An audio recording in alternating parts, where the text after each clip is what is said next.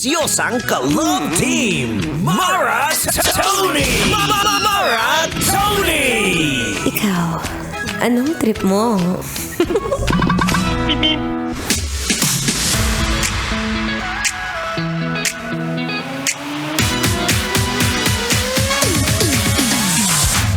At syempre, nagbabalik pa rin ang inyong DJ na mukhang pera. Hoy, alam nyo, wala namang masama sa pagiging mukhang pera. As long as yung pera na kinikita mo ay hindi mo naman ninakaw, be. O, diba? Minsan mas maganda na yung mukha kang pera kaysa iniisip mo sa sarili mo, hanggang dito na lang ako, Maratoni. Forever na lang ako kakain ng isang beses sa isang araw. Hindi ko na kaya. I cannot do this anymore, sus. It's all about you thinking positive. Ano? Gigising ka na sa umaga na hindi ka na nga masyadong kagwapuhan dyan. Tapos mag-iisip ka pa ng negative. Huwag ganon. Alam mo, minsan, sa buhay, kailangan mong baguhin ang iyong mindset na mahirap ako. Hanggang dito na lang ako. No! So sabi ko nga kanina, bibigyan kita ng ilang tips and tricks. Lakas mo sa akin eh. Para paano maging successful financially. Well, number 1, tantanan mo na yung kakabili ng mamahaling kape. Tantanan mo na rin yung kaka-repair ng motor mo. Aba, nilagyan mo pa ng flashlight, nilagyan mo pa ng Christmas light. Maraming gano'n na. Marami akong kilala na bagong bili na nga yung motor. Aminin mo, hulugan pa yan, di ba? Tapos, nakakita ka lang sa kung anong mang-up yan. Binibilhan mo ng mga pailaw-ilaw, aesthetic purposes. Ayun, dagdag sa mga huhulugan mo, be. Well, minsan kailangan mo mag-budget. Hindi minsan pala, dapat araw-araw.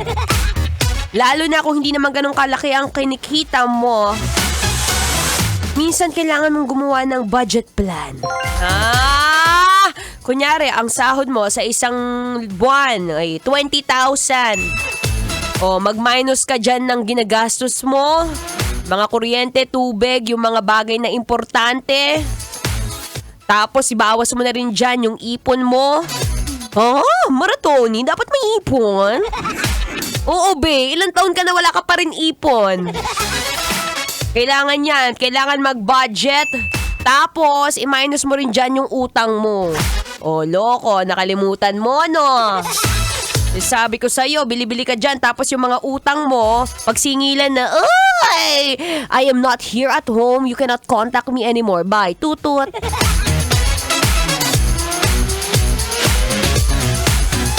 That's the number 1 tip. Number 2, magharap ka ng side hustle. Extra kita ay base. Sabi ko sa'yo, ngayon lahat ng mga bagay, lahat ng mga pwedeng kakitaan, isusubo mo na lang. Ayan na, nakatutok na sa'yo. Isusubo mo na lang. Isusubo mo na lang. May mga maliliit na business dyan. Kunwari gusto mo mag-buy and sell. Kagaya kita, madaldal. Di mag-ukay-ukay ka dyan. Gamitin mo yung kakadaldal-daldal mo dyan. Hindi naman kaya. Magkaroon ka ng food business. Habang nagdadrive ka dyan, magbenta ka ng lutong ulam. Kung gusto mo palamig, basta hindi matatapon, go ahead.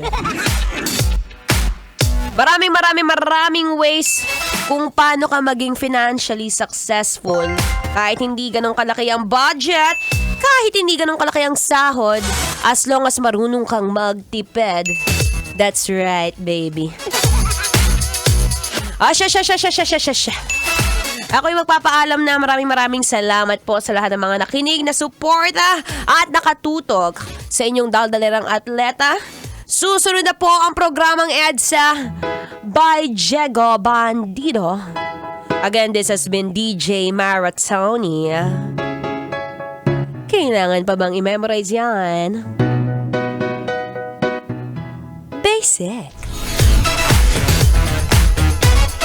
Metro's number 1. Metro's number